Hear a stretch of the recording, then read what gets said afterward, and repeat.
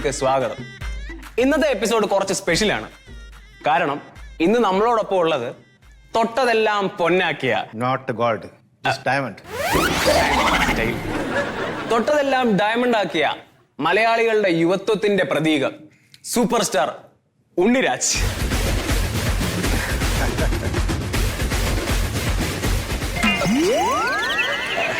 Welcome sir പുതിയ എപ്പിസോഡിലേക്ക്.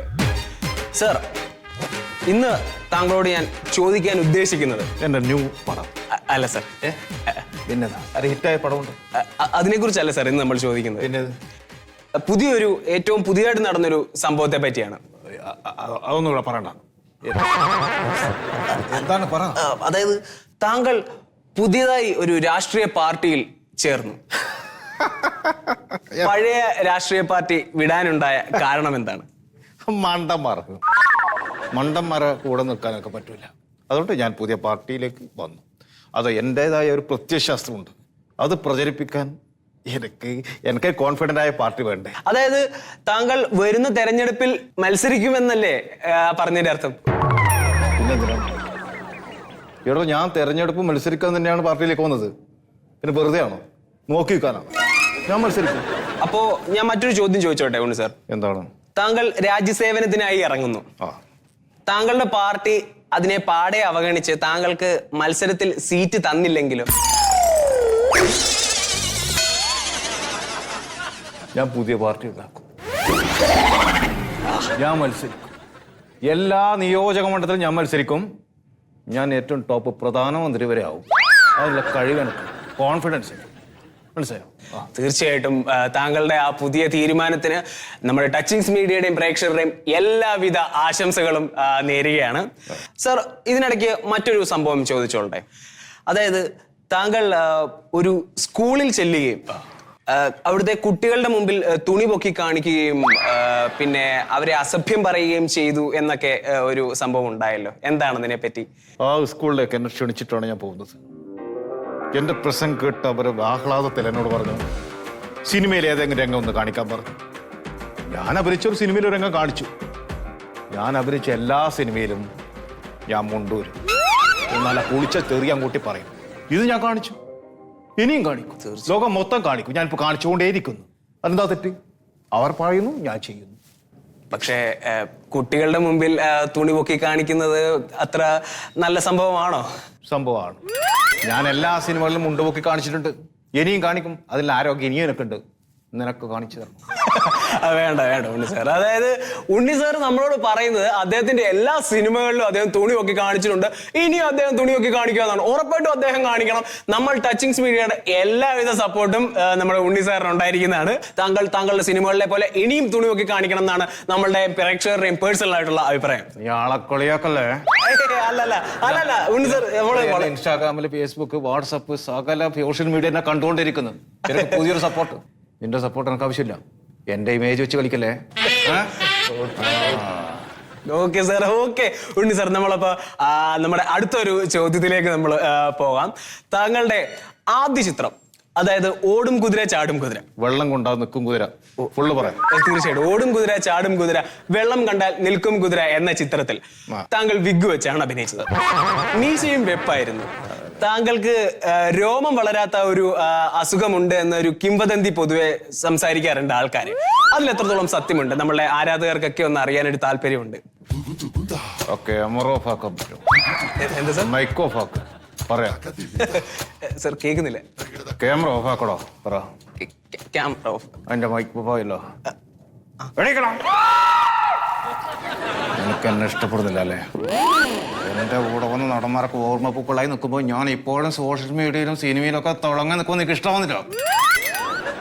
ഈ പ്രായത്തിലും കുതിരേനെ തടവേ കൈകളാണിത്. നിന്നെ തടവേ നിന്റെ നടു അങ്ങോട്ട് ഒടിച്ചേരട്ടാ. പോടാ പോ.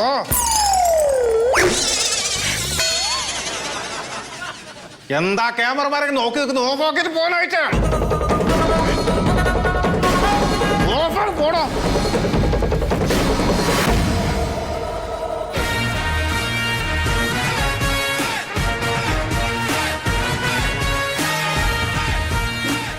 എല്ലാവർക്കും നമസ്കാരം.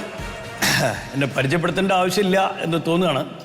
എൻ്റെ 21ാമത്തെ സിനിമയാണ് മച്ചില മാറാല. അതിപ്പോൾ റിലീസിങ്ങിന് ഒരുങ്ങി നിൽക്കുകയാണ്.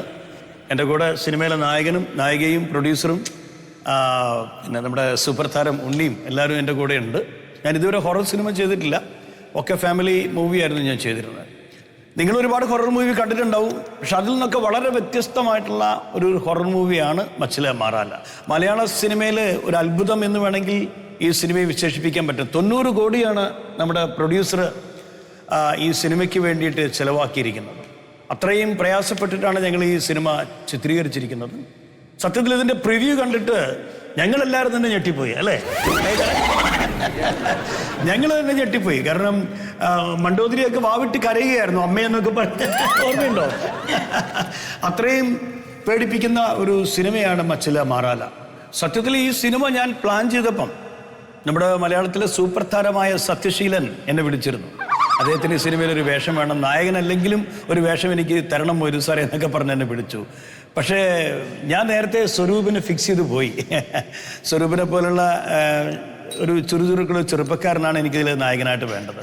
അപ്പം എന്തായാലും ആ സന്തോഷം കൂടി ഞാൻ നിങ്ങളെ അറിയിക്കുകയാണ്. പിന്നെ നിങ്ങൾക്ക് ചോദിക്കാം, നിങ്ങളുടെ ചോദ്യങ്ങൾക്ക് ഉത്തരം പറയാൻ ഞങ്ങളെല്ലാവരും തയ്യാറാണ്. ആദ്യത്തെ ചോദ്യം നായികയായ മണ്ടോദരി മേഡത്തോടാണ്. താങ്കളുടെ മുൻ ചിത്രമായ നന്മശ്രീ എന്ന് പറയുന്ന സിനിമയ്ക്ക് വേണ്ടിയിട്ട് അതിൽ ഉത്തമയായ കുടുംബിനിയുടെ കഥാപാത്രത്തിനായി ഒരുപാട് വീട്ടമ്മമാരെ നേരിൽ പോയി കണ്ട് അവരെ പറ്റിയെല്ലാം ദീർഘമായി പഠിച്ച് ചെയ്ത തയ്യാറെടുപ്പുകളോടുകൂടി ചെയ്തൊരു കഥാപാത്രമാണെന്ന് പറഞ്ഞിട്ടുണ്ടായിരുന്നു. ഈ യക്ഷിയിലേക്ക് വരുമ്പം നേരിട്ട് കണ്ട് പഠിക്കാൻ പറ്റില്ലല്ലോ, അപ്പൊ ഈ പഠനം എങ്ങനെ മാനേജ് ചെയ്തു?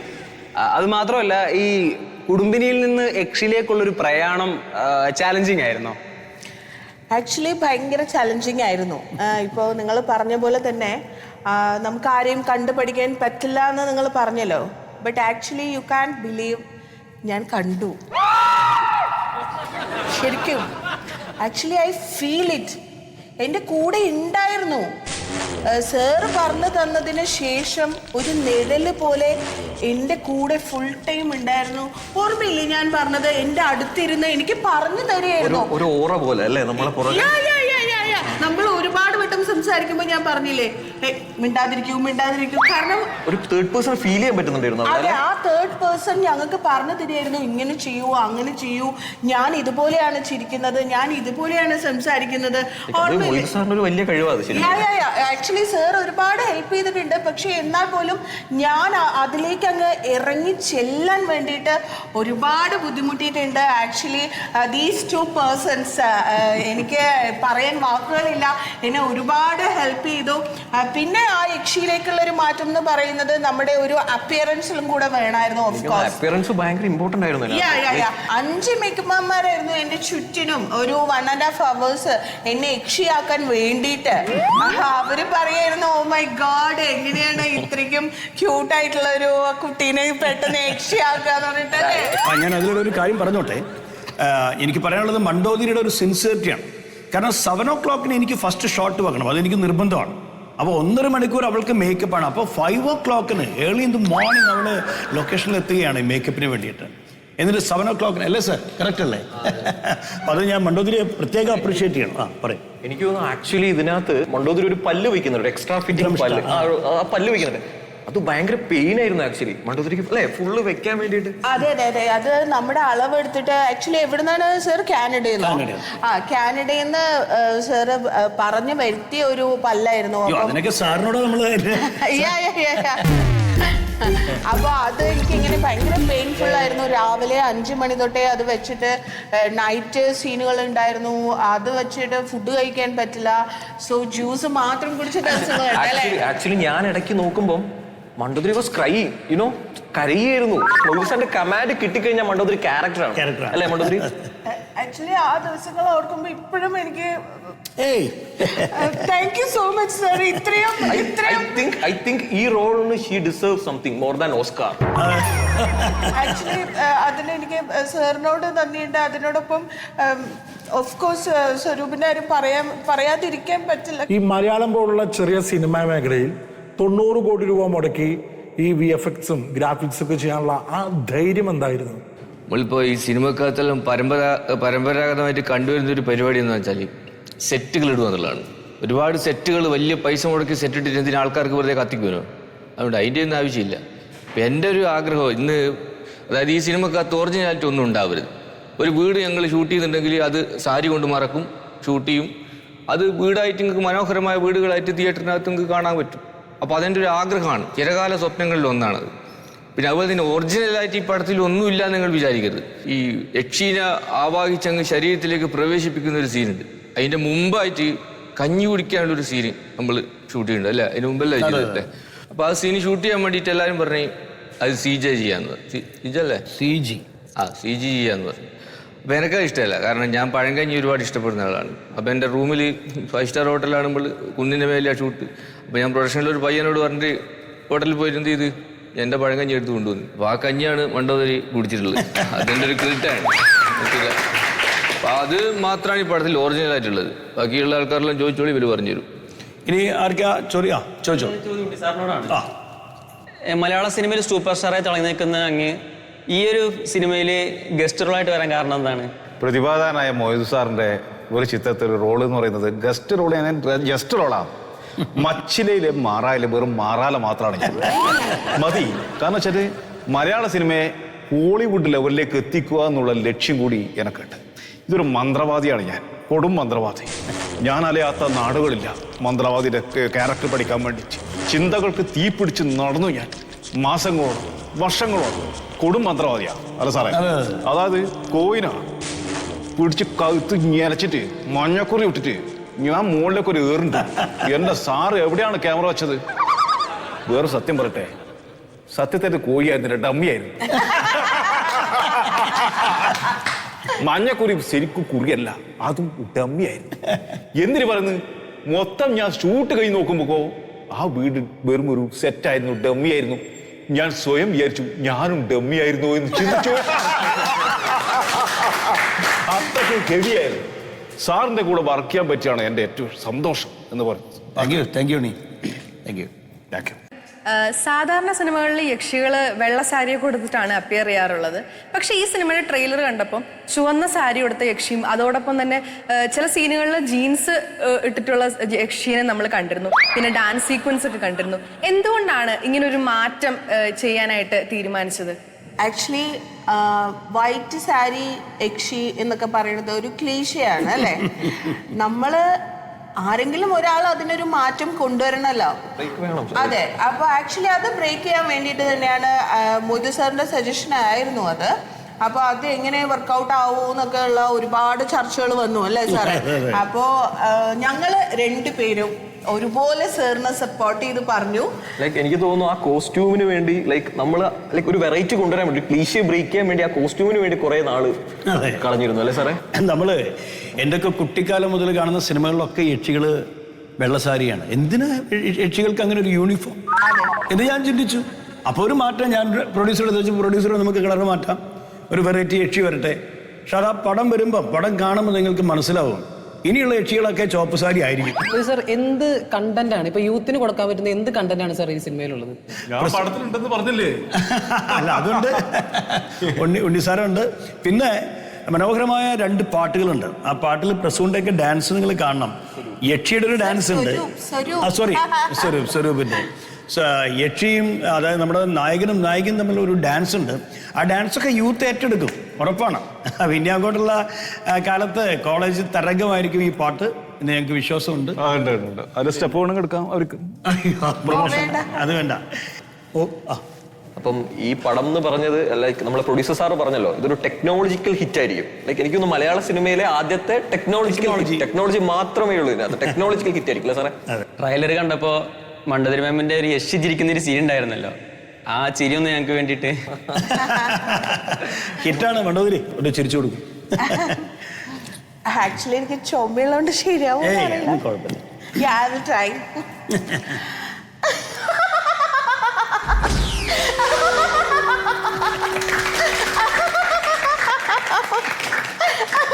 Thank you.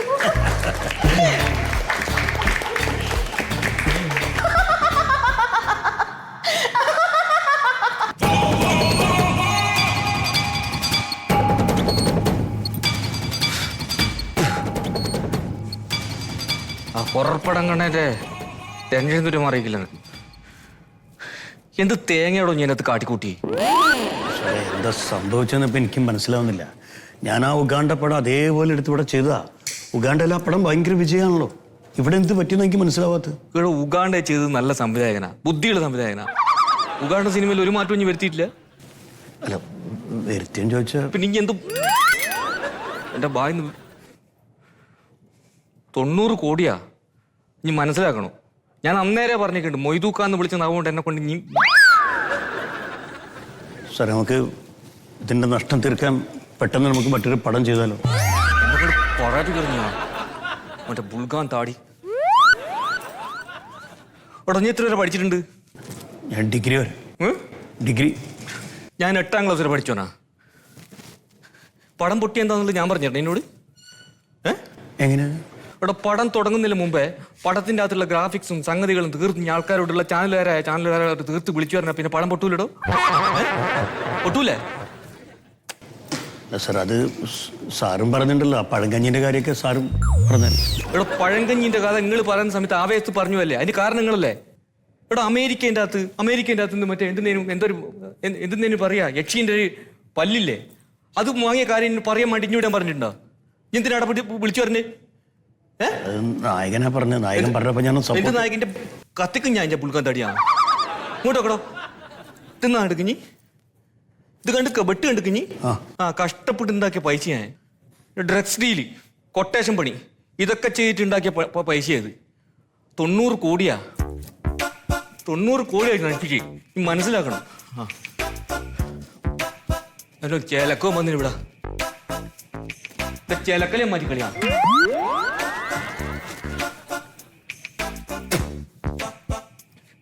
എടാ 2 ആളെ കൊന്നിട്ട് ജയിലിൽ പോയിട്ട് പുഷ്പം പോലെ ഇറങ്ങിപ്പോന്നു ഞാൻ. 2 ആളെ കൊന്നിട്ട് സത്യനെ കൊണ്ട് പടവും ചെയ്യിച്ചിട്ട് അടുത്ത പടം ചെയ്യണേ കൊട്ടേഷൻ ചെയ്യണം എനിക്ക്. അത് ഇന്നെ ഞാൻ കൊല്ലു. എന്നിട്ട് ജയിലിൽ പോയിട്ട് പുഷ്പം പോലെ ഇറങ്ങിപ്പോയി സത്യനെ കൊണ്ട് പടവും ചെയ്യും ഞാൻ. അതിനെ കൂടെ ചെയ്യിക്കരുത്. എനിക്ക് പറഞ്ഞാൽ മനസ്സിലായിക്കാ. ക്ഷമിക്കണം സാറേ, പറ്റിപ്പോയി. എടാ ഈ പടത്തിന്റെ പേരിൽ എന്തെല്ലാം ഞാൻ എൻ്റെ അടുത്ത് എത്ര പൈസ നീ തട്ടിക്കൂടെ എൻ്റെ അടുത്ത്? ഇന്റെ ഓളെ പ്രസവത്തിന്റെ പൈസ വരെ ആസ്പത്രിക്ക് ഞാനിടോ കൊടുത്ത്. ഒരു കുഞ്ഞിന്റെ ഒരു കുപ്പായം വരെ കൊടുത്തിട്ടുണ്ടോ? ഉളുപ്പില്ലാണ്ട് ചിലക്കം പൊന്നിനായിരുന്നു.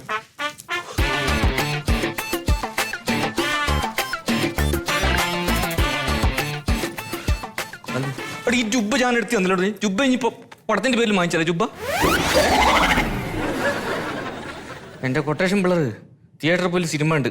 എന്നിട്ട് എന്നെ വിളിച്ചു ചോദിക്കുക, ബവ്വാലൊക്കെ പറക്കുന്ന സമയത്ത് ഇതൊരു ഫീലും കിട്ടുന്നില്ല, കമ്പ്യൂട്ടറാന്ന് മുമ്പേ പറഞ്ഞില്ലേ? കുറെ ഇന്റർവ്യൂവിൽ പോയി ചിലച്ചില്ലല്ലോ. ഓലെ മുമ്പ് പെടണ്ട കേട്ടോ. ഇത് കണ്ടോ, സിഗരറ്റ് കത്തി തീർന്നു.